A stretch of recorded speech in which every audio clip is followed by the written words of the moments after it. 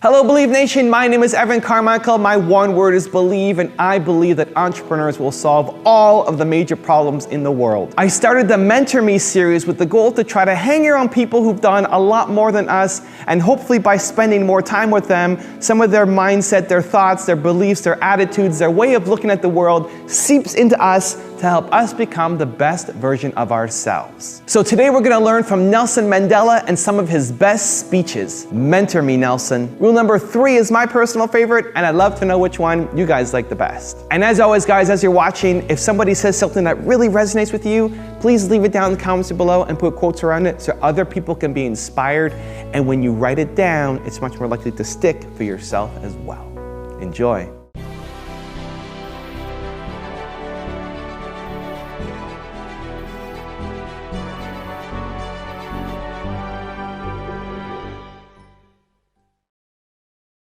I have fought very firmly against white domination. I have fought very firmly against black domination. I cherish the ideal of a new South Africa where all South Africans are equal. For anybody who changes his principles depending on whom he is dealing, that is not a man who can lead a nation.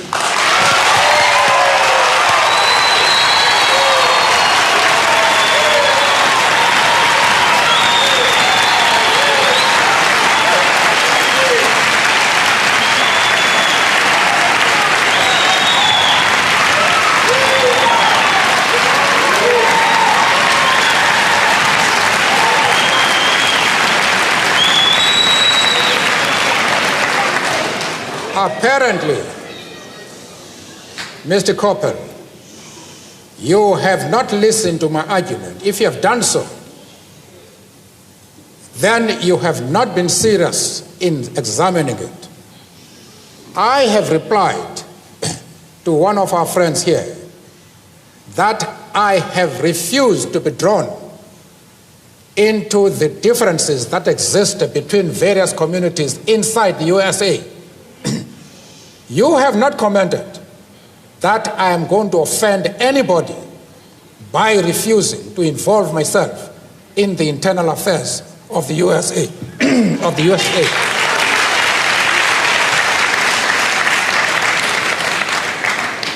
Why are you so keen that I should involve myself in the internal affairs of Cuba and Libya? No. I expect you to be consistent.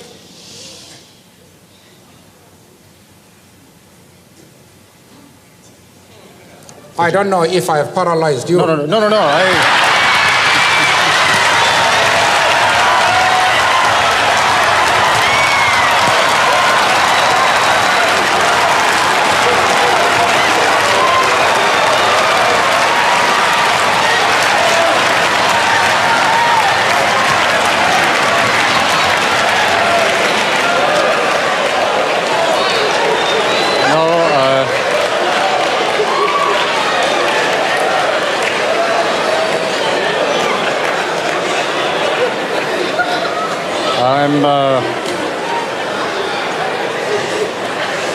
I'm afraid, Mr. Mandela, that paralysis does not set in quite that easily in my case. The point...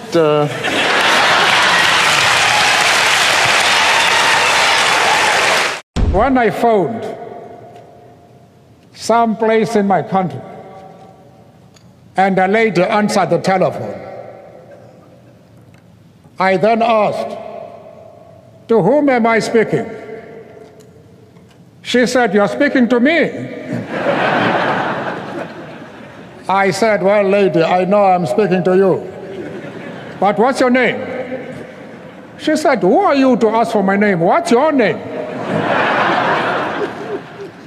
I say, "Well, lady, as soon as you tell me your name, I'll tell you mine." But as we argued as to who should tell his or her name, she became very cross. And she said, "You seem to be a backward person. Have you passed your matric?" Now, matric in our country is a university entry examination. And I said, well, lady, you must be very careful. Because if the qualification to speak to you is the possession of a matric certificate, I might work hard and pass my matric and be in the same class as you are. That was treason. She said, you will never be in my class, and bang the telephone. How I wish she were here today.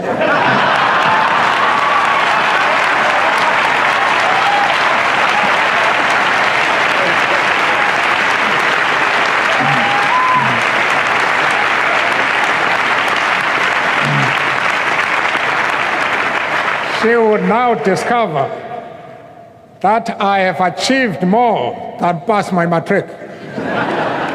The very right to be human is denied every day to hundreds of millions of people as a result of poverty and the unavailability of basic necessities such as food, jobs, water and shelter, education, health care, and a healthy environment.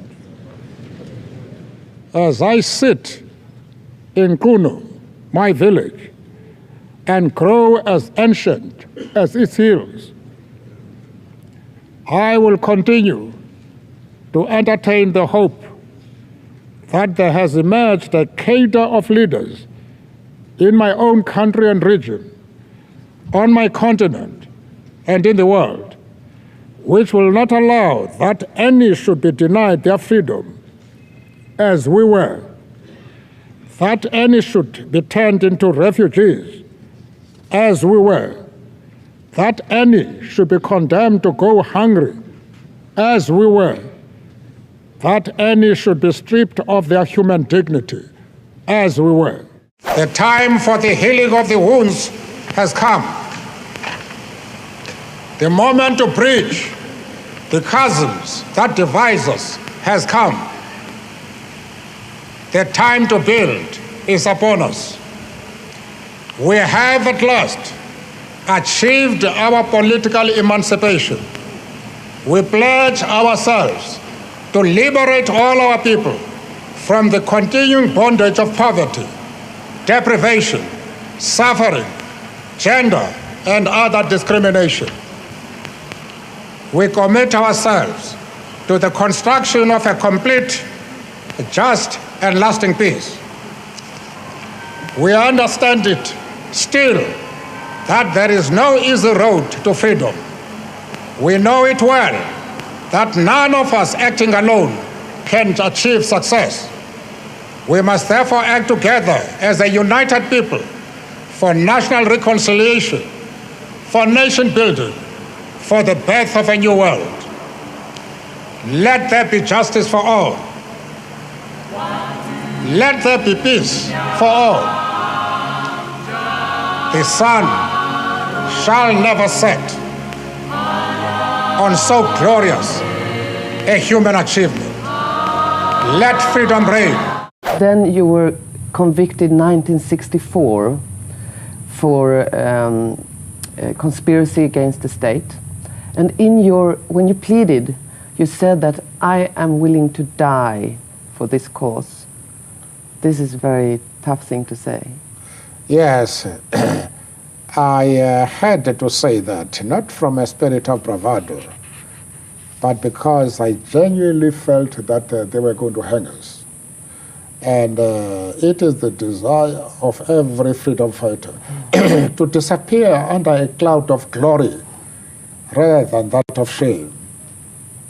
It is the task of a freedom fighter, when you see that the end of your days has come, to live a tradition of bravery, determination to face even death for your principles.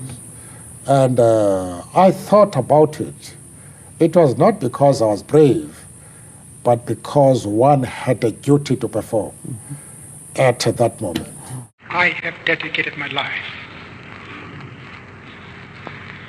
to this struggle of the African people. I have fought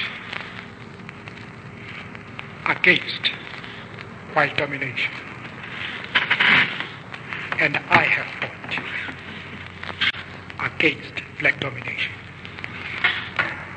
I have cherished the idea of a democratic and free society in which all persons will live together in harmony and with equal opportunities.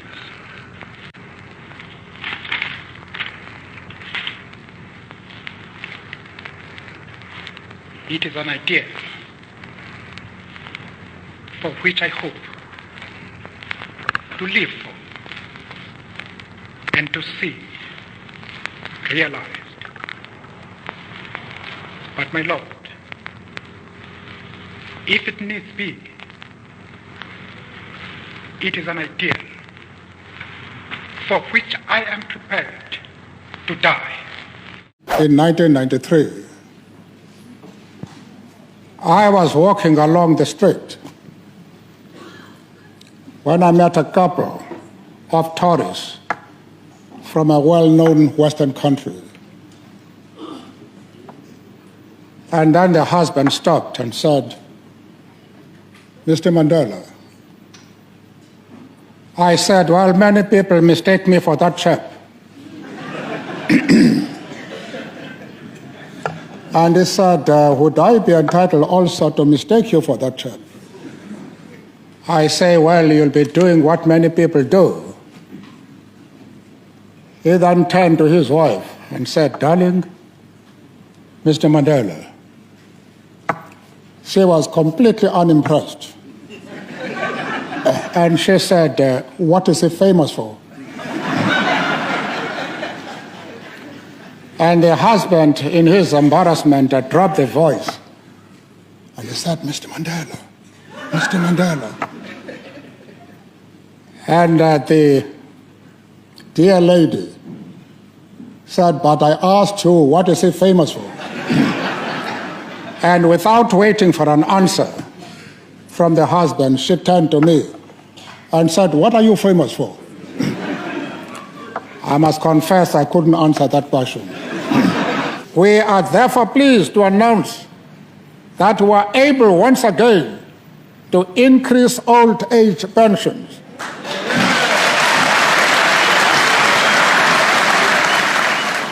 I'm very excited about this.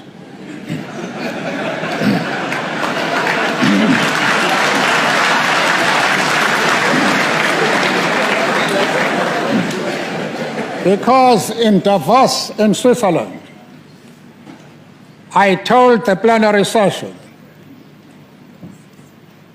that in a few months I'll be standing next to the road saying, "Please help, unemployed, no money, a new wife." Thank you guys so much for watching. I'd love to know, what did you think of this video? What was your favorite clip and why?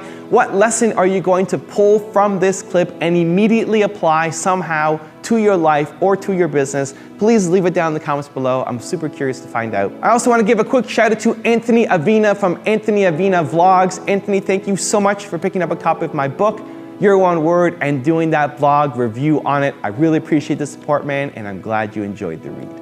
Today I'm going to be reviewing a book for you guys called Your One Word by Evan Carmichael. So thank you guys again for watching. I believe in you. I hope you continue to believe in yourself and whatever your one word is. Much love. I'll see you soon.